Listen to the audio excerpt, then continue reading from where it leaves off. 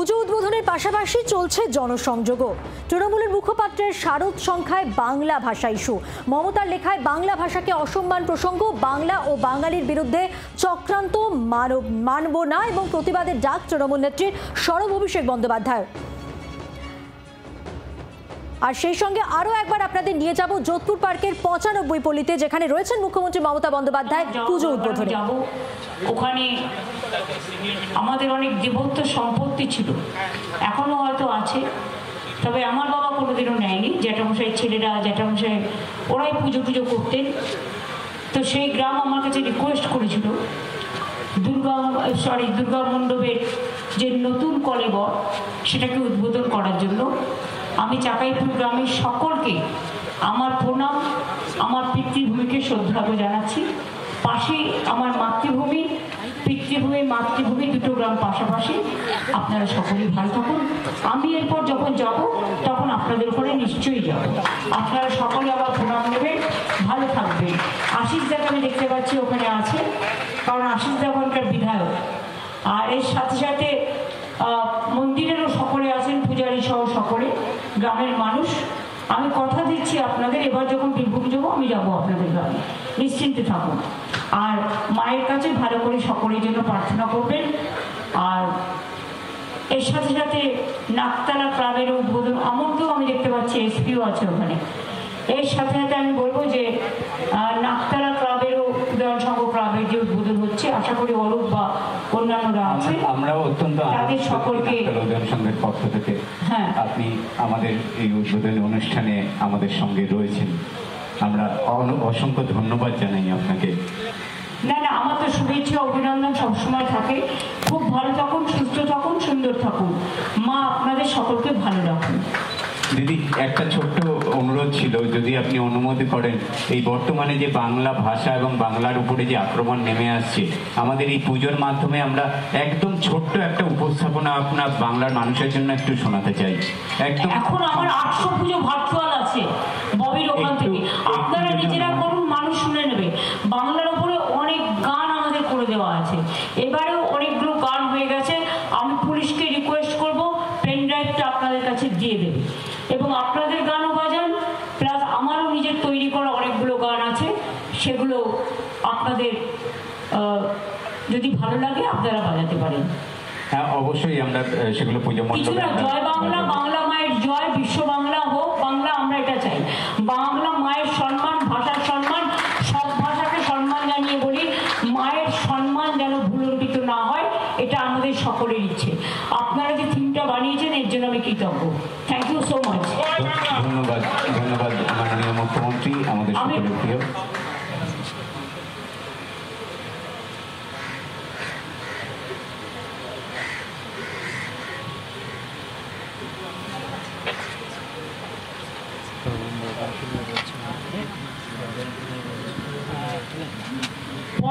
পল্লীতে আমি একজনকে দেখতে পাচ্ছি না, সেটা হচ্ছে আমার খুব পূর্ব পরিচিত রতন, আগে কাউন্সিলর ছিল। যাই হোক, কেন আসেনি কি কারণ সেসব আমি জানি না, কিন্তু আমি এখানে ভরত পালকে দেখতে পাচ্ছি, দেবাশিস কুমারকে দেখতে পাচ্ছি, আমি টনিকে দেখতে পাচ্ছি, আমার কাউন্সিলরদের দেখতে পাচ্ছি, এবং বিজয় থেকে শুরু করে পল্লীবাসী সকলে, শিল্পী থেকে শুরু করে সকলে এখানে আছে।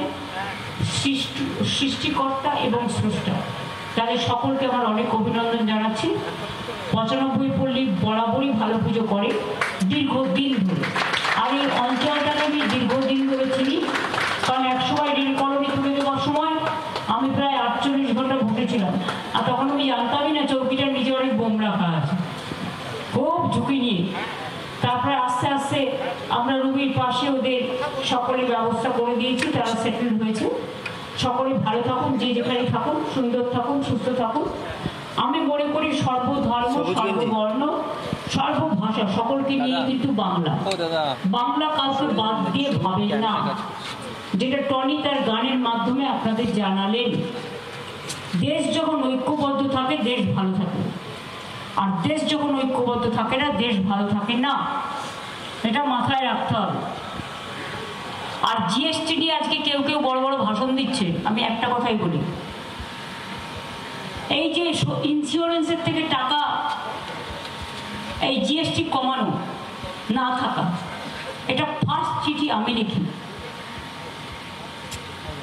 এবং বিভিন্ন সাধারণ ডাক থেকে শুরু করে বিভিন্ন জিনিসের ওপরে জিরেতে ট্যাক্স, হিরেতে মুক্ত। হিরেতে ট্যাক্স নেই, জিরেতে ট্যাক্স। মানুষের খুব কষ্ট হচ্ছিল, কিন্তু এর জন্য ক্রেডিট কার্ড জানেন, যারা ভাষণ দিচ্ছে তাদের নয়, ক্রেডিট হচ্ছে রাজ্যের। এর জন্য আমাদের রাজ্যের কত লোকসান হচ্ছে জানেন? আমাদের রেভিনিউ আর্নিং যা দিয়ে আমি ধরুন কখনো লক্ষ্মীর ভাণ্ডার করি, কখনো বিনা পয়সায় রেশন দিই, কখনো কৃষক বন্ধু দিই, কখনো সাইকেল দিই, কখনো ট্যাব দিই। শুধুমাত্র ইন্স্যুরেন্সের আমরা বলেছি কোনো প্রিমিয়াম যেন বাড়ানো না হয়, এবং ওইটার জন্যই আমাদের রাজ্যের রেভিনিউ লোকসান হচ্ছে 900 কোটি টাকা, আর বাকি নিয়ে প্রায় 20,000 কোটি টাকার কাছাকাছি। কেন্দ্রীয় সরকারের কোনো কন্ট্রিবিউশন নেই ভাষণ দেওয়া ছাড়া। টাকাটা কেটেছে রাজ্যের জিএসটি থেকে, তার জন্য আমার দুঃখ নেই। সাধারণ মানুষের কাজটা হচ্ছে, এটা আমি খুশি। কিন্তু এর জন্য স্টেটকে কোনো কম্পেনসেশন দেওয়া হয়নি। বিজেপি রাজ্যগুলো তো ঘুরিয়ে টাকা দেবে, আমাদের তো 100 দিনের কাজ বন্ধ, বাংলার বাড়ি কাজ বন্ধ, রাস্তার কাজ বন্ধ, জলের টাকা বন্ধ, সর্বশিক্ষা অভিযানের টাকা বন্ধ।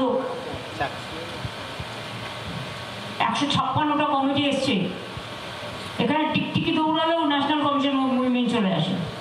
আর উত্তরপ্রদেশে কিছু হলে চোখে দেখতে পায় না, বিহারে কিছু হলে চোখে দেখতে পায় না। আমরা আগে ছোটবেলায় বলতাম না নেবা হয়েছে, গ্রামগঞ্জে নেবা মানে জন্ডিসকে বলতো গ্রামের লোকেরা, গ্রামীণ চলতি ভাষায়। এদেরও হয়েছে, তাই এরা দেখতে পায় না চোখে। আর জিএসটি ক্রেডিট রাজ্যের, আমার রাজ্যের মানুষ যে বেনিফিট পাবে তার জন্য 20,000 কোটি টাকা আমাদের রেভিনিউ লস হচ্ছে। এটা স্টেটের জিএসটি, সেন্ট্রালের নয়। কাজেই আপনারা পুজোর দিনে এগুলো সুবিধে নিন। আমরা নিশ্চয়ই চাই, কেন মানুষকে ইন্স্যুরেন্সের টাকা দিতে গেলে তাকে হেলথ ইন্স্যুরেন্সের মেডিক্লেমও করবে, টাকাও দিতে হবে।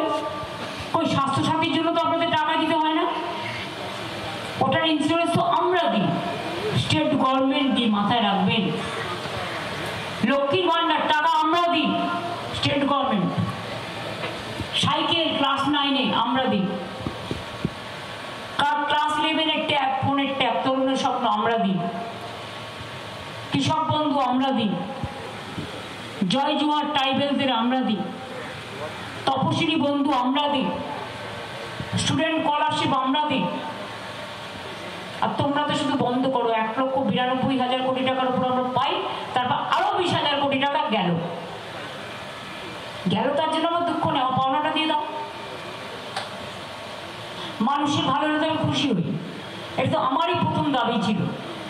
আমি খুশি, কিন্তু আমার রাজ্য মনে রাখবেন, এর জন্য আপনার বাড়িতে যদি কেউ চাকরি করে, ধরুন মান্থলি সে 50,000 টাকা ইনকাম করে মিনিমাম, আমি বললাম একটা সংখ্যা, আপনাকে তো ঠিক করে রাখতে হয় আমি কোন দিন কি করব, সারা মাস কি করে চলবে, আবার কোনো পুজো, বিয়ে বাড়ি, অতিথি পরায়ণতা করতে গেলে কত লাগবে, অসুখ বিসুখে কত টাকা খরচা হবে। যারা সংসার চালায়, সংসারী হয়, তারা এগুলো গুছিয়ে করে রাখে। তো আমার যদি সংসার থেকে সব টাকাটাই কেটে নেওয়া হয়, কাটলো টাকা আমাদের, আর প্রচার হচ্ছে ওনাদের, মহা মুশকিল। এক আজব দেশ। কি ঘোরাচ্ছ ভাই, তোমার গায়ে লাগছে? মানুষকে তো আমার কথা শুনতে দাও, তোমার পছন্দ না হতে পারে, আমি যেটা সত্যি আমি সেটাই বলছি। পছন্দ হচ্ছে না, আমি যখন দাঁড়িয়ে বলছি তো দায়িত্ব নিয়েই তো বলছি। এই টাকাটা তো আমাকে জোগাড় করতে হবে, কোথাতেই করবো। তোমার নেতাদের বলো না দিতে।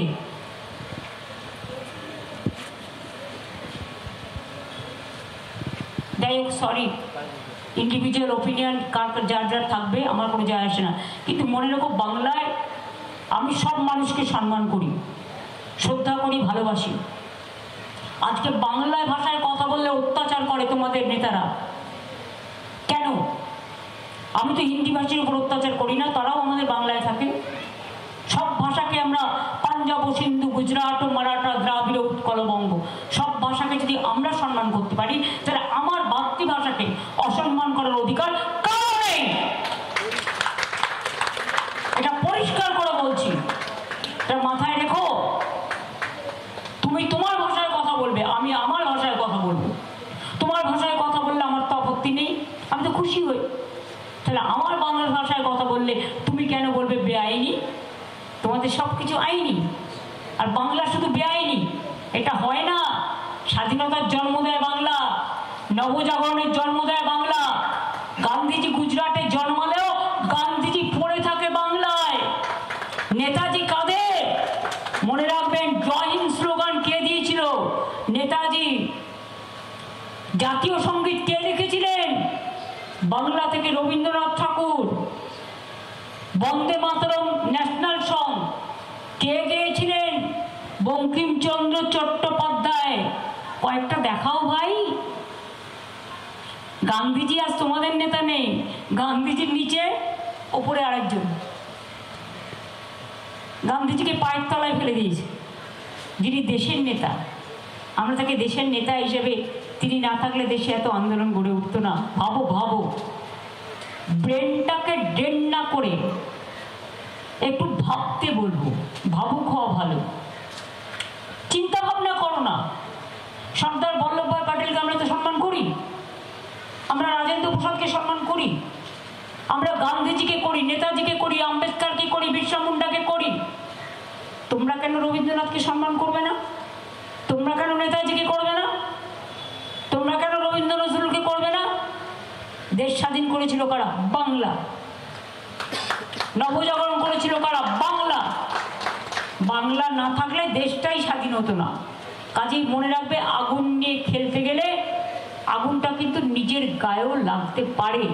আর দেশ যদি একবার ভাগ হয়ে যায়, তাহলে কিন্তু আর ঐক্যবদ্ধ করা যাবে না। কাজেই এটা যেন ভাঙার খেলা না হয়, গড়ার খেলা হয়।